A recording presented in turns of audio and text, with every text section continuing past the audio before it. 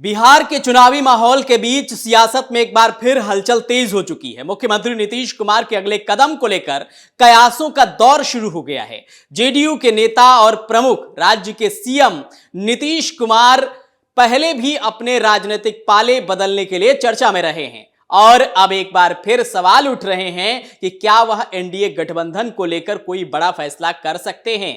बिहार विधानसभा चुनाव में मुश्किल से 7 से 8 महीने का वक्त बचा है। इस राजनीतिक चर्चा की शुरुआत तब हुई जब एक कॉन्क्लेव के दौरान गृह मंत्री अमित शाह से पूछा गया कि बिहार में बीजेपी की रणनीति क्या होगी और नेता कौन होगा। इस सवाल पर अमित शाह ने कहा कि इस पर फैसला बीजेपी का पार्लियामेंट बोर्ड करेगा। यह बयान चौंकाने वाला इसलिए था क्योंकि इससे पहले एनडीए और बीजेपी के नेता बार बार ये कहते आए थे कि बिहार में एनडीए के नेता नीतीश कुमार ही रहेंगे। अमित शाह के इस बयान के बाद जेडीयू के नेताओं में संशय पैदा हो गया। हालांकि अमित शाह के बयान के बाद बीजेपी की ओर से एक के बाद एक कई बयान सामने आए जिसमें कहा गया कि बिहार में एनडीए का नेतृत्व नीतीश कुमार ही करेंगे और विधानसभा चुनाव उन्हीं की अगुवाई में लड़ा जाएगा। लेकिन अमित शाह के बयान के बाद उठे सवालों ने जेडीयू खेमे में चिंता बढ़ा दी है। जेडीयू के नेताओं ने इस मुद्दे पर सीधे तौर पर कोई टिप्पणी नहीं की है, लेकिन पार्टी के भीतर इस बात को लेकर चर्चाएं तेज हो गई हैं। ऐसा माना जा रहा है कि पार्टी में कुछ नेताओं को इस बात का शक है कि बीजेपी कहीं ना कहीं अपने नेतृत्व को लेकर नए समीकरण तैयार कर रही है। जब पूरे देश में अटल बिहारी वाजपेयी की 100वीं जयंती मनाई जा रही थी, उस समय बिहार के उप मुख्यमंत्री विजय सिन्हा के एक बयान ने राजनीतिक हलचल मचा दी। विजय सिन्हा ने कहा कि बिहार में बीजेपी की अपनी सरकार हो, यह अटल बिहारी वाजपेयी का सपना था और इसे हम पूरा कर सकते हैं। इस बयान के बाद बिहार की राजनीति में एक बार फिर से चर्चा तेज हो गई।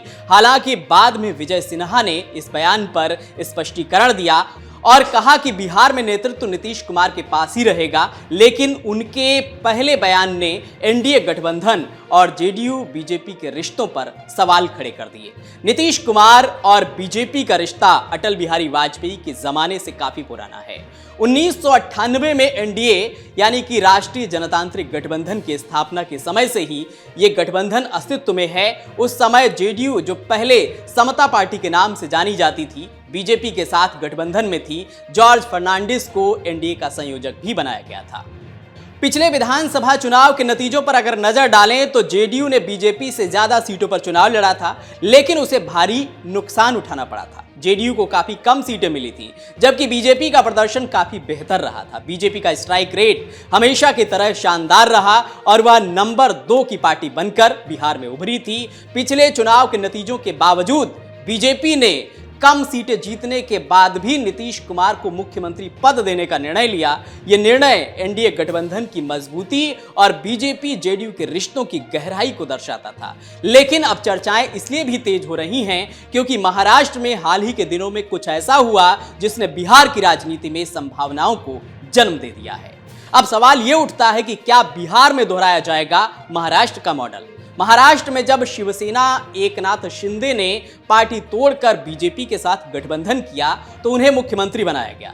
भले ही उनकी पार्टी के पास बीजेपी से कम सीटें थीं, लेकिन हालिया विधानसभा चुनाव के बाद जब बीजेपी ने 130 से अधिक सीटें जीतकर मजबूत स्थिति हासिल की तो पार्टी ने तुरंत एकनाथ शिंदे को मुख्यमंत्री पद से हटाकर उप मुख्यमंत्री बना दिया। महाराष्ट्र के इस राजनीतिक घटनाक्रम के बाद बिहार में भी यही सवाल उठ रहा है। पिछले चुनाव में जब बीजेपी का स्ट्राइक रेट काफी बेहतर था और पार्टी मजबूत स्थिति में थी, तब भी उसने गठबंधन धर्म निभाते हुए नीतीश कुमार को मुख्यमंत्री बनाया। लेकिन अब सवाल यह है कि अगर इस बार भी बीजेपी का प्रदर्शन बेहतर रहता है तो क्या वह जेडीयू को मुख्यमंत्री पद देने का निर्णय दोबारा लेगी या फिर महाराष्ट्र का मॉडल अपनाकर खुद नेतृत्व की बागडोर संभालेगी। मुख्यमंत्री नीतीश कुमार इन दिनों राज्य में अपनी विकास यात्रा पर निकले हुए हैं। इस यात्रा का उद्देश्य सरकारी योजनाओं की जमीनी हकीकत जानना और जनता से संवाद स्थापित करना है। इस दौरान सम्राट चौधरी का कार्यक्रम में शामिल होना सियासी विश्लेषकों के लिए आश्चर्य का विषय बना हुआ है। फिलहाल बिहार में क्या होता है, नीतीश कुमार क्या कोई नई संभावनाओं को जन्म देते हैं, ये तो चुनाव के पहले ही पता चल जाएगा।